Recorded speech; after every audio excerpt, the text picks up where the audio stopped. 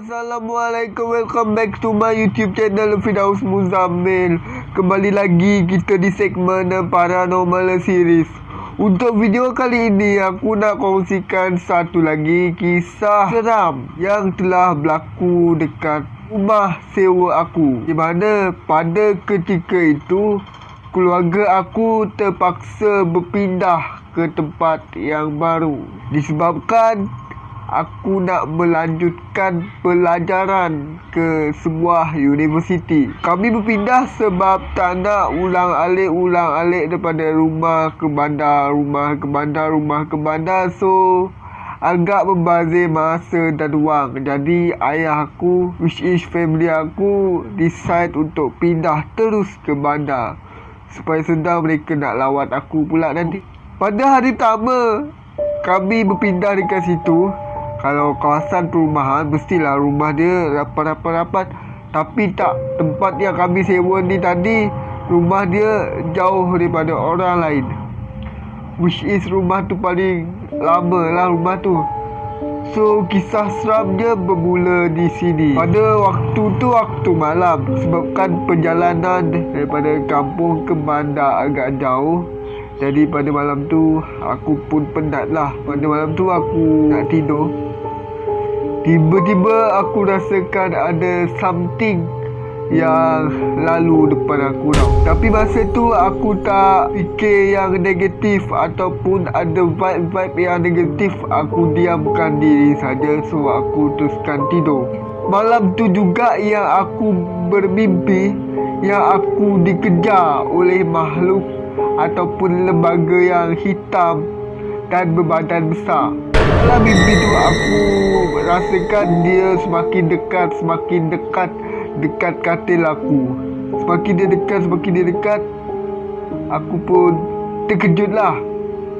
Di mana dalam mimpi tu aku nampak dia hulurkan tangan dia seperti nak mencekik aku macam dia.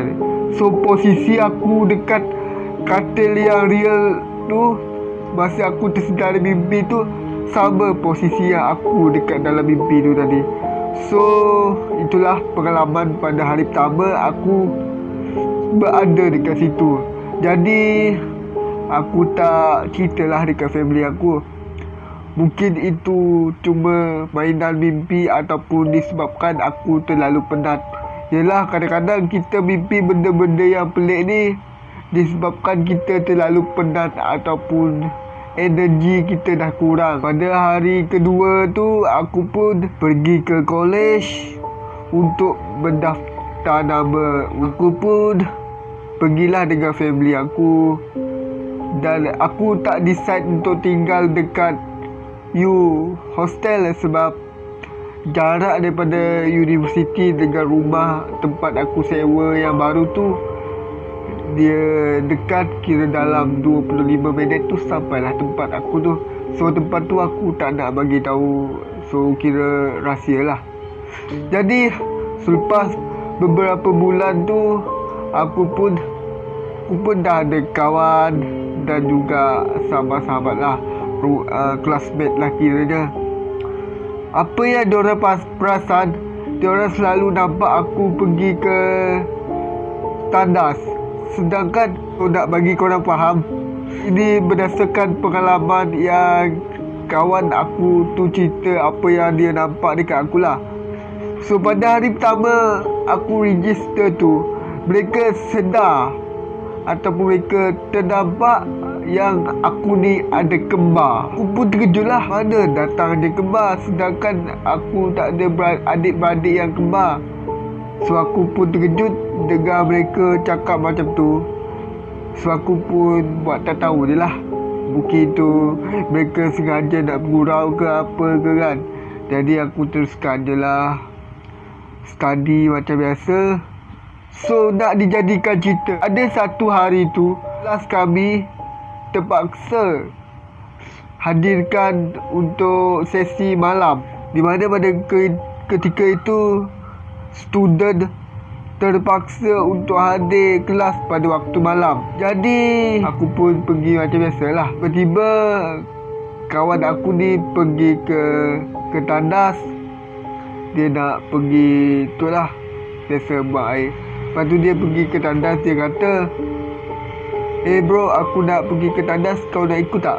Jadi aku kata, tak nak lah, kau pergi seorang lah. Lagipun tandas tu dekat je lah kelas kita orang tu.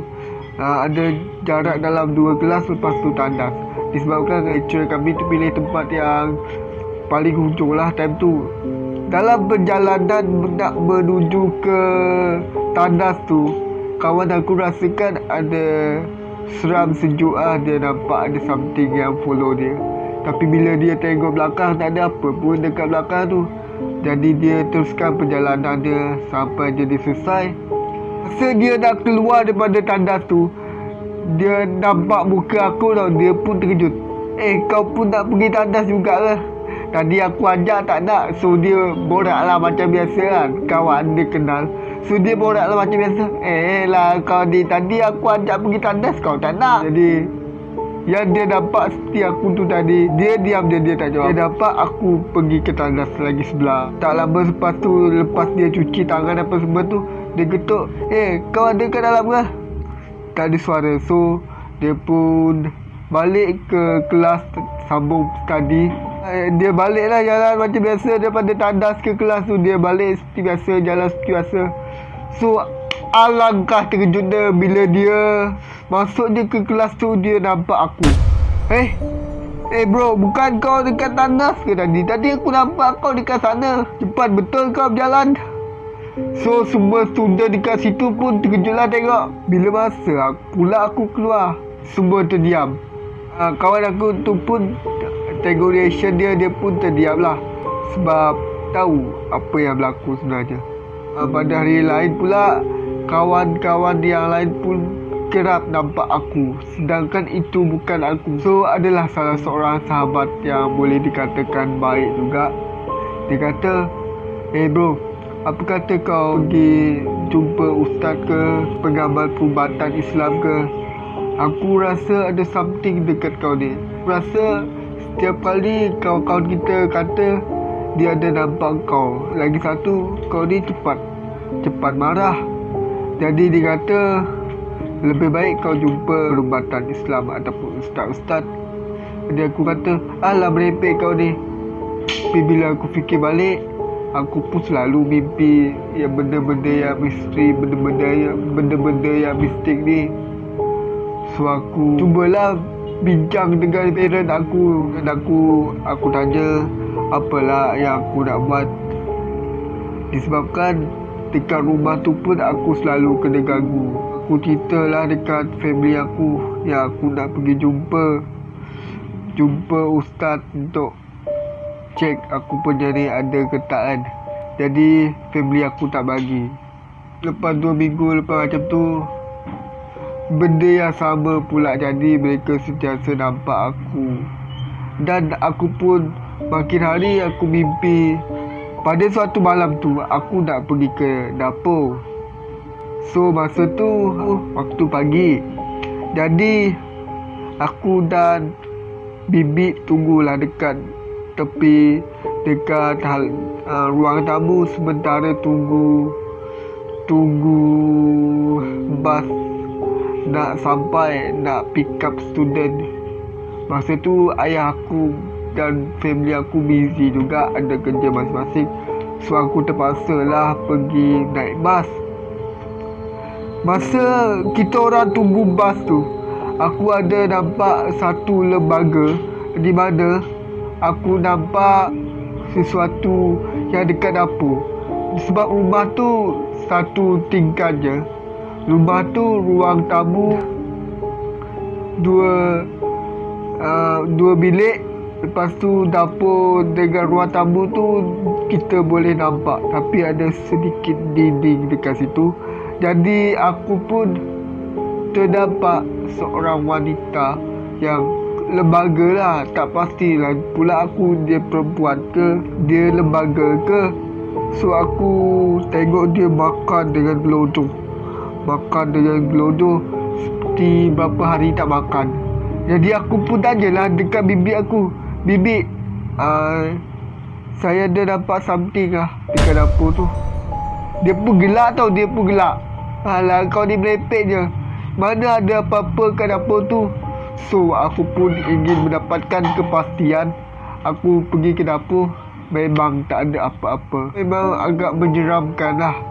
Tak lama lepas tu, bas aku pun tiba. Aku pun pergi ke college macam biasa.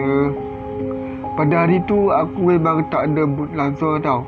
Jadi kawan yang aku cakap yang dia nak ajak aku pergi peramal perubatan Islam tu tadi, dia menghampiri aku. Dia datang dekat aku, dia kata, bro, aku rasa kau patut jumpalah dengan ustaz.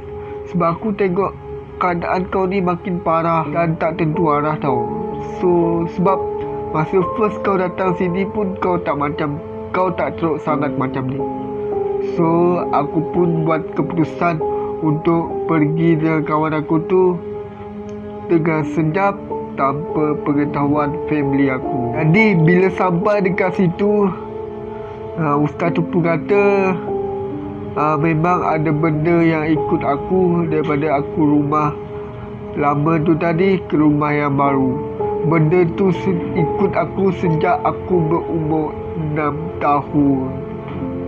So aku pun heran lah, nenek moyang aku ni ada bela saka ke apa kan. Ustaz tu pun bagi ayat, lepas tu minum air yasin, apa semua tu yang berkaitan dengan spiritual.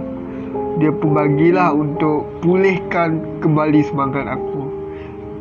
Dan ustaz tu pun kata hijab aku pun telah terbuka sejak aku berumur 6 tahun. So selain daripada keturunan aku bela saka, aku nampak hijab aku pun terbuka. So disebabkan itu juga aku jadi secepat marah, sebab ada benda yang follow aku tu. Jadi aku bagi tahulah dekat family aku kan, yang aku dah pergi perawatan Islam. Family aku langsung tak percaya tau dengan benda yang aku bagi tahu tu. Mereka kata, alah kau ni merepek lah kau ni. Family kita mana ada pernah bela saka. Kau ni pandai-pandai je. Dan dah ustaz mana yang kau jumpa, dia kata. Family aku kata macam tu. So aku pun rasa give up lah kan. Lama lepas tu aku bawa lah ustaz yang sama tadi jumpa family aku, terangkan perkara yang sebenar. Lepas beberapa minggu tu, family aku dan aku, semua family aku pergilah ke rumah ustaz tu untuk membuat rawatan lanjut. Masa dalam ruqyah tu, bila kami sampai dekat situ, adalah dua ustaz yang mengamalkan perubatan Islam yang boleh dikatakan paranormal spirit lah. Mereka pun ruqyah lah kan. Jadi dua orang ustaz dan seorang anak murid dia. So dia gunalah yang anak murid dia tadi untuk bercakap dengan jin ataupun saka tu. Dia kata, kau dah berapa lama duduk dalam badan budak ni, dia kata macam tu kan. So aku duduk kat badan budak ni berumur 6 tahun. So betul lah ustaz tu kata, disebabkan dia dalam badan tu kata aku sesuai untuk jadi tuan dia. So aku kira pewaris yang sangat sesuai lah. So aku pun terkejut lah. Bukan biasanya yang sesuai untuk mewarisi saka-saka ni anak sulung ke? So disebabkan aku anak yang kedua, jadi aku agak terkejut lah. Kenapa perlu aku yang lalui benda ni kan? Bukan sepatutnya anak pertama. Jadi jin tu pun kata dia pilih aku sebab aku nampak dia je. Dia berkatakan aku nampak dia nampak aku. Cerita pada awal tadi aku kata, masa aku datang first buat pengamal perbuatan Islam tu, kata aku nak dapat dua benda. Yang pertama tadi aku nampak hijab aku terbuka dan aku diikuti oleh pendamping yang tidak diundang ni. Ayah aku tanya, kau ni dah berapa lama dekat keturunan aku? Dia kata dia dekat bersama keturunan aku sudah hampir 30 tahun. So keturunan, bila sampai je keturunan kami, which is aku sekarang, tak tahu apa-apa pun yang family kami, yang keturunan kami ada bela saka. So ayah aku pun tanyalah, saka ni dia daripada mana? Oh, dia datang daripada belah ayah aku. Ayah aku buat keputusan untuk putuskan perhubungan dia dengan saka tu. Jadi apabila dah dibuat ruqyah untuk pemisah, dia pun sedih lah kan. Sebab zaman-zaman dulu nenek moyang kita selalu guna benda ni untuk jaga benda-benda mereka ataupun barang-barang mereka lah. Agak syirik juga dekat situ, tapi itulah keturunan kita dah dijadikan. Itulah bela saka apa semua ni. So sejak daripada ruqyah tu, aku tak adalah lalui lagi benda-benda macam ni. Adalah juga nampak sekali-sekala sebab hijab aku masih terbuka sehingga kini. So itu saja untuk video kali ini. Jangan lupa untuk subscribe, like, share dan komen dekat bawah tentang video kali ini. Kalau korang ada apa-apa cerita menarik, korang boleh komen dekat bawah dan boleh kongsi melalui email dekat bawah. So sehingga kita jumpa lagi di next video. Assalamualaikum. Bye.